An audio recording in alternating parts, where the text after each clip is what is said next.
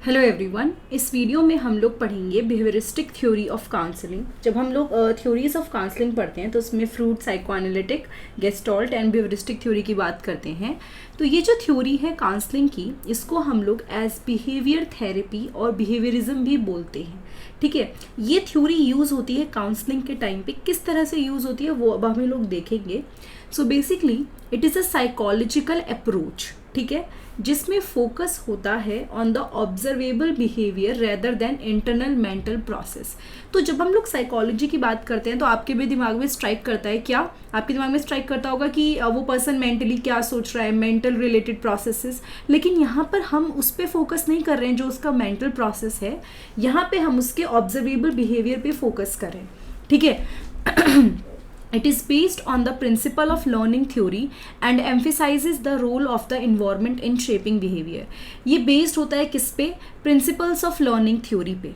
ठीक है, यानी कि जब हम लोग लर्निंग थ्योरी की बात करते हैं तो ये उसके प्रिंसिपल्स पे फोकस्ड होता है, बेस्ड होता है। और यहाँ पर जो ध्यान दिया जाता है वो इन्वायरमेंट पे दिया जाता है, ना कि मेंटल प्रोसेसेस पे। तो the focus and the role is on the environment in shaping behaviour. Behavioristic theory aims to understand and modify problematic behaviour through systematic intervention and reinforcement. तो ये जो थ्योरी है, इसको जब यूज़ करते हैं काउंसलर्स, वो कोशिश करते हैं समझने की जो प्रॉब्लमैटिक बिहेवियर है उसको मॉडिफाई करने की कोशिश करते हैं। लेकिन किस तरह से? बीच बीच में बिहेवियरल चेंजेस से या फिर री-इन्फोर्समेंट से। नाउ इस थ्योरी के क्या क्या की कंसेप्ट हैं वो एक बार देख लेते हैं। सबसे पहले हम लोग फोकस करेंगे कंडीशनिंग पे। ठीक है, behavioristic theory places significant emphasis on the process of classical and operant conditioning as the mechanism through which behaviour is learn and change. जब आप क्लासिकल और ओपेरेंट कंडीशनिंग की बात करते हो, इसके ऊपर प्रॉपर थ्योरीज बनी हुई हैं, आपने कभी ना कभी वो पढ़ी हैं, बीएड से पढ़ते आ रहे हैं इनफैक्ट। तो इस थ्योरी के अंदर फोकस होता है जो कि प्रोसेसेस होते हैं क्लासिकल एंड ओपेरेंट कंडीशनिंग के, ठीक है, जिसके थ्रू कोई भी पर्सन बिहेवियर सीखता है। जब हम क्लासिकल कंडीशनिंग की बात करते हैं, ये जो लर्निंग है ये तब होती है जब एक न्यूट्रल स्टिमुलस क्या होता है ना, एसोसिएटेड होता है एक नेचुरली अकरिंग स्टिमुलस के साथ, जिससे एक कंडीशनिंग रिस्पॉन्स आता है। इसको इजीली समझाने के लिए, अगर एक पर्सन है जिसको डॉग से फोबिया है, उसको रिपीटेडली आप एक्सपोज करोगे डॉग से एक सेफ एंड कंट्रोल एनवायरनमेंट में, तो शायद वो पर्सन एक ऐसा बिहेवियर सीख ले जिसमें उसको डॉग्स जो है उसके साथ पॉजिटिव एक्सपीरियंस फील हो रहा है, जिससे उनका डर कम हो रहा है। ठीक है, फिर से समझाती हूँ। यहाँ पे आपने क्या करा, सपोज एक पर्सन है जिसको बहुत डर लग रहा है, उसको फोबिया है डॉग से, क्योंकि जब भी वो किसी डॉग के पास गया हो कभी वो भौंका होगा या काटा होगा। तो आपने सिचुएशन चेंज कर दी, उस पर्सन के लिए सेफ एंड कंट्रोल इन्वायरमेंट बना दिया। आपने उसके मेंटली किसी प्रोसेस में चेंज नहीं किया, आपने उसके इन्वायरमेंटल फैक्टर्स में चेंज किया, जिसकी वजह से वो पर्सन को ये लगा कि डॉग जैसे ही आता है बर्ड तो हमारा इन्वायरमेंट सेफ हो जाता है। तो उनको उस चीज़ से एक पॉजिटिव एक्सपीरियंस गेन हुआ, जिससे उनका डर कम हुआ।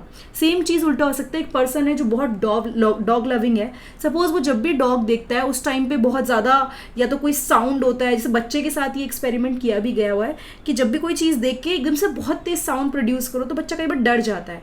तो आप जब किसी एक एसोसिएटेड चीज़ को दूसरी चीज़ के साथ एसोसिएट करते हो जो प्लेजेंट है या अनप्लेजेंट है, तो उस चीज़ के लिए लव या फिर डर उसके लिए क्रिएट हो जाता है। This is your classical conditioning.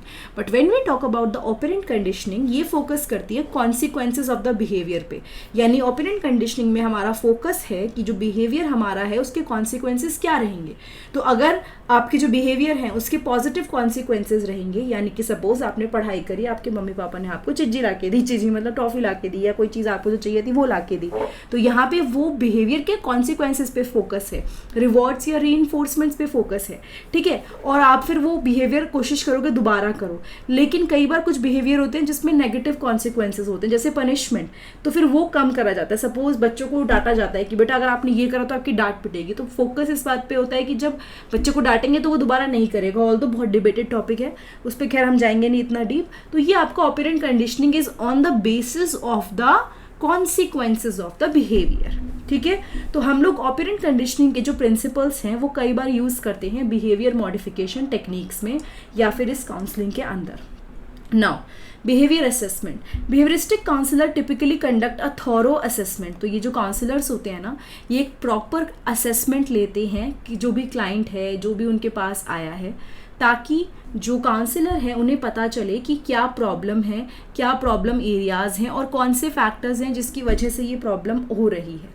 ठीक है, ये जो असेसमेंट है इसमें कई सारी चीज़ें हो सकती हैं, जैसे ऑब्जर्वेशन, इंटरव्यूज़ एंड जो स्टैंडर्डाइज बिहेवियर रेटिंग स्केल्स होते हैं जो पहले से बने हुए हैं, जो काउंसलर्स वगैरह यूज़ करते हैं वो इसको यूज़ करेंगे, या फिर दूसरे असेसमेंट टूल भी हो सकते हैं।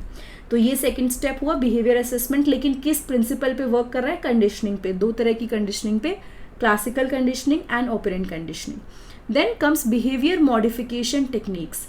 Behavioristic theory utilizes a variety of techniques to modify behavior and promote positive change.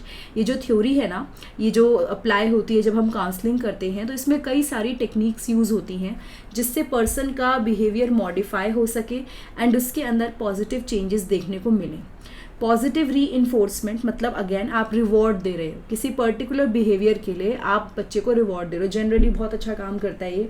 Suppose कोई बच्चे ने होमवर्क टाइम पे करा तो आप उसको प्रेज कर रहे हो या you are rewarding that child, तो दैट मीन्स उसको फिर वो मोटिवेशन मिलती है कि मुझे और ऐसा काम करना है। ठीक है, फिर आता है negative reinforcement, removing aversive stimuli और unpleasant consequences following the occurrence of desired behaviour to increase the likelihood of it recurrence. जैसे कि एग्जाम्पल देके समझाती हूँ। Removing a chore from a child responsibility after they consistently follow household rules. मतलब जैसे कि यहाँ पे आपने क्या करा ना, ये नेगेटिव री इन्फोर्समेंट का मतलब हमेशा डांट नहीं है, बट आपने क्या करा, कोई चीज़ ऐसी उसकी हटा दी जिससे उसने कुछ अच्छा काम करा, कोई नई नेक्स्ट चीज़ आपने हटा दी। सब जैसे इसमें बताया गया, एक बच्चा है जिसको आप डेली 8 काम करवाते हो, लेकिन उस बच्चे ने एक काम एक्स्ट्रा आपने ऐड कर दिया, जब बच्चे ने शैतानी करी या फिर जो भी उसने गड़बड़ करी, तो आपने अब उसको लगातार देखा कि बच्चा तो बहुत अच्छे से काम कर रहा है, तो आपने उसका वो जो एक एक्स्ट्रा काम था वो आपने रिमूव कर दिया। तो ये नेगेटिव री इन्फोर्समेंट दिया आपने बच्चे को। और दूसरा एक ये भी हो सकता है जिसमें डांट भी होती है कई बार, ठीक है ना। सो ये एक चीज़ हो गई। Punishment is also one of those things जिसमें आप क्या करते हो, बच्चे के अनवांटेड बिहेवियर को कम करने के लिए आप उसको पनिशमेंट देते हो। ठीक है, सो नाउ ये जो चीज़ है इसके फेवर में तो मैं नहीं हूँ, ना ही आधे से ज़्यादा साइकोलॉजिस्ट है, because they believe that punishment is something जिसके नेगेटिव इफेक्ट देखने को मिलते हैं। ठीक है, so the use of punishment is generally caution, बहुत ध्यान से यूज़ करना है क्योंकि इसका नेगेटिव इफेक्ट होता है लॉन्ग टर्म में। ठीक है, बच्चे के अंदर कई सारे चेंजेस होते हैं, बट अभी हम पढ़ रहे हैं कि क्या क्या टेक्निक यूज़ हो रही है, तो अभी हम इसको पढ़ा रहे हैं। ठीक है, then extension, withholding reinforcement for unwanted behaviour to decrease their frequency. If a behaviour is no longer rewarded और reinforce, it is likely to decrease over time. यानी कि आप सपोज बच्चे को कोई एक ऐसा बच्चा है जिसको आप हमेशा कोई चीज़ खिलाते हो या फिर कोई चीज़ देते हो उसको, तो अब आपने क्या करा, जब आपको पता चला कि उस बच्चे ने कुछ गड़बड़ करी है, तो आपने उस बच्चे को कुछ टाइम तक उसके favourite toy, favourite video game, TV देखना छुड़वा दिया। Now this punishment is something जिसमें उसको लगा कि जब मैं ये बिहेवियर कर रहा हूँ तो मुझे नहीं मिल रही है कोई पर्टिकुलर चीज़ जो मुझे चाहिए। तो लॉन्ग टर्म में फॉलो करने पे वो जब उसको आप कोई रिवॉर्ड नहीं दे रहे हो या री इन्फोर्समेंट कुछ भी नहीं है वहाँ पे, तो उसका बिहेवियर रुक जाता है, यानी कि चेंजेस हो जाते हैं, बिहेवियर मॉडिफिकेशन हो जाता है। बिहेवियर स्किल ट्रेनिंग मतलब काउंसलर्स क्या करते हैं ना, इस थ्योरी को यूज़ करते हैं जिसमें वो फोकस करते हैं किस पे, on teaching client specific skills techniques to address their problems. यानी वो अपने क्लाइंट्स को ही कुछ स्किल्स एंड टेक्निक सिखाते हैं जिससे वो अपनी प्रॉब्लम्स को एड्रेस कर सके, जिसमें आता है teaching assertiveness skills, relaxation technique, problem solving strategies और social skills to improve interpersonal interaction. तो जिसमें आप कई सारी चीज़ें बच्चों को सिखा सकते हो। ठीक है, जिसमें आपने उसको बताया कि बेटा ऐसे स्किल्स को अप्लाई करो, रिलैक्सेशन टेक्निक ये यूज़ करो, इस तरह से काम करो, प्रॉब्लम सॉल्व इस तरह से करो। So all this things can be use, ठीक है, in the behaviour skill training. Now goal setting, जब आपने काउंसलिंग के बेस पढ़ा था, जब मैंने पढ़ाया था, ब्लॉग पे पढ़ा हो या आपने वीडियो में देखा हो, तो मैं हमेशा एक बात बोलती हूँ कि काउंसलर्स जो हैं वो हमेशा गोल सेट करते हैं with the help of clients, कि क्लाइंट्स क्या अचीव करना चाहते हैं। तो जब आप एक clear and measurable goal set करते हो ना बिहेवियरिस्टिक काउंसलिंग में, तो उससे एक टारगेट मिलता है उन्हें बिहेवियर चेंज का, एंड वो हेल्प करता है इवेल्युएट करने में प्रोग्रेस एंड सक्सेस। ठीक है, फिर है सिस्टमैटिक डीसैनिटाइजेशन। इस टेक्निक के अंदर क्या होता है ना, कई बार लोगों के अंदर जो फोबियाज और एंजाइटी होता है उसको सॉल्व करने के लिए यूज़ होता है, ठीक है। तो इसमें जो क्लाइंट है, आप उसको जो डर, अगर उसको किसी चीज़ से फियर है या डर है, उस सिचुएशन से फेस करवाओगे, लेकिन ग्रेजुअली, थोड़ा थोड़ा थोड़ा थोड़ा, या आप उसको वो सिचुएशन या वो चीज़ दिखाओगे इन कंट्रोल्ड एंड सिस्टमैटिक मैनर। जो मैंने अभी आपको ऊपर पढ़ाया था ना, एक पर्सन है who is scared of dog, अगर आप उसको डॉग से मिलवा रहे हो, एक फ्रेंडली डॉग से, एक अच्छे सेफ इन्वायरमेंट पे, तो उसका कुछ टाइम के बाद वो डर कम हो सकता है, ठीक है। So while simultaneously teaching relaxation technique, तो यहाँ पर आप उस पर्सन को एक प्रॉपर वे में, एक तरीके से उसका डर निकालने की कोशिश कर रहे हो। ओवर टाइम जो एंजाइटी रिस्पॉन्स होता है ना, यानी कि हम किसी चीज़ को देख के डरते हैं, तो वो जो हमारा डर है ना, वो अपने आप कम हो जाता है। एंड जो क्लाइंट है वो लर्न करता है कि कैसे मुझे, अगर ये सिचुएशन दोबारा आती है या जिस चीज़ से मुझे डर लगता है वो दोबारा देखने को मिलता है, तो मैं कैसे उसके साथ डील करूँगा, ठीक है। ये चीज़ नोट करने की है कि behavioristic theory, while focusing primarily on observable behavior, does not entirely disregard internal processes और emotion। यानी कि जब हम बात करते हैं behavioristic theory की, तो ये थ्योरी ये नहीं कह रही कि जो हमारे mental processes हैं या जो बाकी थ्योरीज में हमारी चीज़ें यूज़ हुई हैं वो गलत है, no, but it is not completely disregarding। लेकिन ये कह रही है कि हम जब अपनी काउंसलिंग अप्रोचेज़ हैं उसमें इसको यूज़ कर सकते हैं। इनफैक्ट कोई मेंटल प्रोसेसेस को सॉल्व करने की जो टेक्निक है, उसके साथ हम लोग कॉग्निटिव बिहेवियरल थेरेपी, यानी ये दोनों का कॉम्बिनेशन होता है, माइंड को भी यूज़ करना और बिहेवियरल थेरेपीज़ यानी बिहेवियर को भी, इन्वायरमेंट को भी चेंज करना।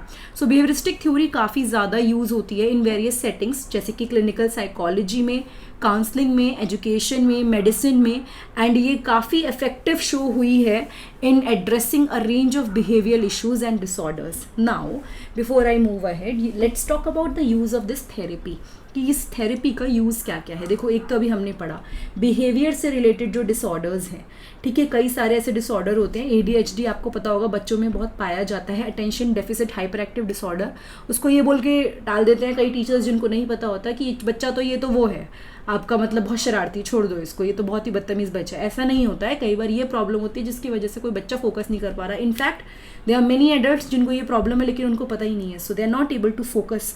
बहुत जल्दी माइंड एकदम दिमाग कभी इधर कभी उधर, ये चीज़ देखने को मिलती है। इसके अलावा आपके ODD, conduct disorder, disruptive behaviour disorder, इन सब चीज़ों को सॉल्व करने के लिए इस थेरेपी का यूज़ किया जाता है, ठीक है। फोबियाज या फिर एंजाइटी डिसऑर्डर, जो मैंने आपको अभी ऊपर बताया ही, इस चीज़ों के लिए इस थेरेपी का यूज़ होता है। प्रॉपर, ये आपने समझ में आया होगा, सिस्टमैटिक डिसैनिटाइजेशन का मतलब आपने उसको एक कंट्रोल्ड इन्वायरमेंट में सेम चीज़ स्टिमुली से एक्सपोज करवाया, लेकिन यहाँ पे इन्वायरमेंट बहुत कंट्रोल था ताकि उसको सेफ फील हो, ठीक है। ये धीरे धीरे जो मेथड्स होते हैं ना, इससे उनको जो डरावनी सिचुएशंस हैं उससे उनको डर कम हो जाता है, ठीक है। सब्सटेंस अब्यूज़ एंड एडिक्शन, यानी कि बिहेवियर थेरेपी काफ़ी इफेक्टिव साबित हुई है किस चीज़ में, सब्सटेंस अब्यूज़ एंड एडिक्शन को ट्रीट करने के केसेस में। ये फोकस करता है आइडेंटिफाई करने में ट्रिगर्स क्या हैं, किस चीज़ की वजह से कोई पर्सन एकदम से कोई चीज़ कर रहा है, क्या चीज़ से उसको ट्रिगर हो रहा है। सपोज अगर मैं नॉर्मल चीज़ बोलूँ, कोई पर्सन एल्कोहल ले रहा है, but what is the reason एकदम से, ठीक है, एक तो एडिक्शन है बट कुछ रीज़न होता होगा ना कि वो ट्रिगर क्यों हो रहा है। So same with the sugar thing, sugar is also addictive, but आप शुगर ऐसे ही हर बार नहीं खाते, अगर आपके सामने मिलेगी आपको या दिखेगा तो आपको ट्रिगर होता है। So all these things are something जो कि बहुत बड़े लेवल पे पढ़ाई जाती हैं, बट ये एक आपका है जिसके अंदर ये बिहेवियरिस्टिक आपका थ्योरी यूज़ होती है। बिहेवियर मैनेजमेंट इन चिल्ड्रन, बच्चों के अंदर अगर आप उनके गुस्से, टैंट्रम्स, इन सबको कंट्रोल करना चाहते हो, तो कई बार पेरेंट्स या स्कूल्स इस सब का सहारा लेता है, जिसमें वो बिहेवियरिस्टिक अप्रोच का सहारा लेता है। And that is the reason कि counsellor should be very much skilled. आप समझ रहे हो, अगर कोई आपके साथ ऐसा एक आपको उस चीज़ से एक्सपोज करा रहा है जिससे आपको डर लग रहा है, लेकिन वो वेल ट्रेन नहीं है, तो हो सकता है आपको और डर बढ़ जाए या आपको ट्रॉमा हो जाए। तो इसीलिए it's very important to consult experienced and skilled counsellor, right. Now habit reversal, behavioral therapy is useful in addressing unwanted habits, ठीक है। ये जो थेरेपी है काफ़ी हेल्पफुल है अगर किसी को अपनी अनवांटेड हैबिट छुड़वानी है, जैसे कि nail biting, hair pulling, skin picking, इसमें क्या होता है ना, लोगों को अपनी हैबिट्स को लेके अवेयरनेस फैलाई जाती है कि देखो ये प्रॉब्लम है, फिर हम उनका रिस्पॉन्स को एनालाइज करते हैं। तो मतलब देयर आर द वेज, उसके बारे में बहुत डिटेल में पढ़ने की अभी ज़रूरत नहीं है। वेट मैनेजमेंट में बिहेवियरल थेरेपी यूज़ होती है, बिहेवियरल मेडिसिन में यूज़ होती है, ठीक है। जैसे कि स्मोकिंग या फिर हम कोई भी चीज़ बोल रहे हैं, लाइफस्टाइल चेंज, हम इन सब चीज़ों के लिए इसको यूज़ कर सकते हैं। सोशल स्किल्स ट्रेनिंग में इनफैक्ट इसको यूज़ किया जाता है, काफ़ी इफेक्टिव है in improving social skills and interpersonal interactions, ठीक है। इसमें क्या होता है, teaching individual appropriate social behaviour, हम लोग इंडिविजुअल्स को सिखाते हैं कि कैसे आपको कोई काम करना है, क्या है कम्युनिकेशन स्किल, सब चीज़ें बताते हैं। Then come stress management, behavioristic technique जिसमें relaxation training and behaviour modification, ये यूज़ होता है स्ट्रेस मैनेजमेंट प्रोग्राम में, ठीक है। तो आपने देखा कि एक थ्योरी है जो मतलब this is one of the part, because जो फ्रूड साइकोएनालिटिकल और गेस्टॉल्ट है वो काफ़ी अलग है, but this is something which is very much used in psychology. तो जो पर्सन साइकोलॉजिस्ट हैं वो इन सब चीज़ों का सहारा लेते हैं, ठीक है। तो बहुत ज़्यादा जो आपको पढ़ाया जाता है, अगर आप साइकोलॉजी के स्टूडेंट तो अलग बात है, आपको ये सब क्यों पढ़ाया जा रहा है एज अ टीचर, बिकॉज थोड़ा बहुत यू शुड बी अवेयर कि एक बच्चा है तो उसके अंदर क्या क्या प्रॉब्लम हो सकती है और क्या क्या चीज़ें या अप्रोच यूज़ हो सकती है, ठीक है। So it is important to note that behavioristic theory is often integrated with other therapeutic approaches. ये मैंने अभी ऊपर भी लिखा था, दोबारा यहाँ लिखा है कि ये ध्यान देने वाली बात है कि जो बिहेवियरिस्टिक थ्योरी है वो बाकी दूसरी थ्योरेपेटिक अप्रोचेस के साथ इंटीग्रेट की जाती है, ताकि एक प्रॉपर अप्रोच हो जिससे किसी भी पर्सन की प्रॉब्लम सॉल्व हो। But it is also on the basis of the need कि क्लाइंट की एक्चुअल नीड क्या है और हमारा जो काउंसलर है उसकी क्या एक्सपर्टीज़ है, इन सब चीज़ों को ध्यान में रखना पड़ता है। सो आई होप ये वीडियो आपको अच्छे से समझ में आई हो। मैंने बहुत डिटेल में कवर किया है पूरा topic behaviouristic theory of counselling. Now आप इसकी सारी वीडियोज़ देख सकते हैं, गाइडिंग एंड काउंसलिंग बीएड और एमएड की, मेरे चैनल पे प्लेलिस्ट पे जाके। नीचे डिस्क्रिप्शन बॉक्स में वेबसाइट का भी लिंक है। साथ के साथ अगर आपको ये वीडियो थोड़ी सी भी फ़ायदा इसने पहुँचाया हो तो you can buy me a book, इसका नीचे ऑप्शन आपको डिस्क्रिप्शन बॉक्स में मिलेगा। प्लस प्लेलिस्ट हैं बहुत सारे, उसके लिंक मैंने डिस्क्रिप्शन बॉक्स में दिए हैं। चैनल को सब्सक्राइब ज़रूर कीजिएगा, वेबसाइट ज़रूर विजिट कीजिएगा and most importantly bell button पे क्लिक कीजिएगा ताकि आपको अपडेट मिले जब भी मैं वीडियो अपलोड करूँ। Thank you so much, have a nice day, I will see you next time in the next video.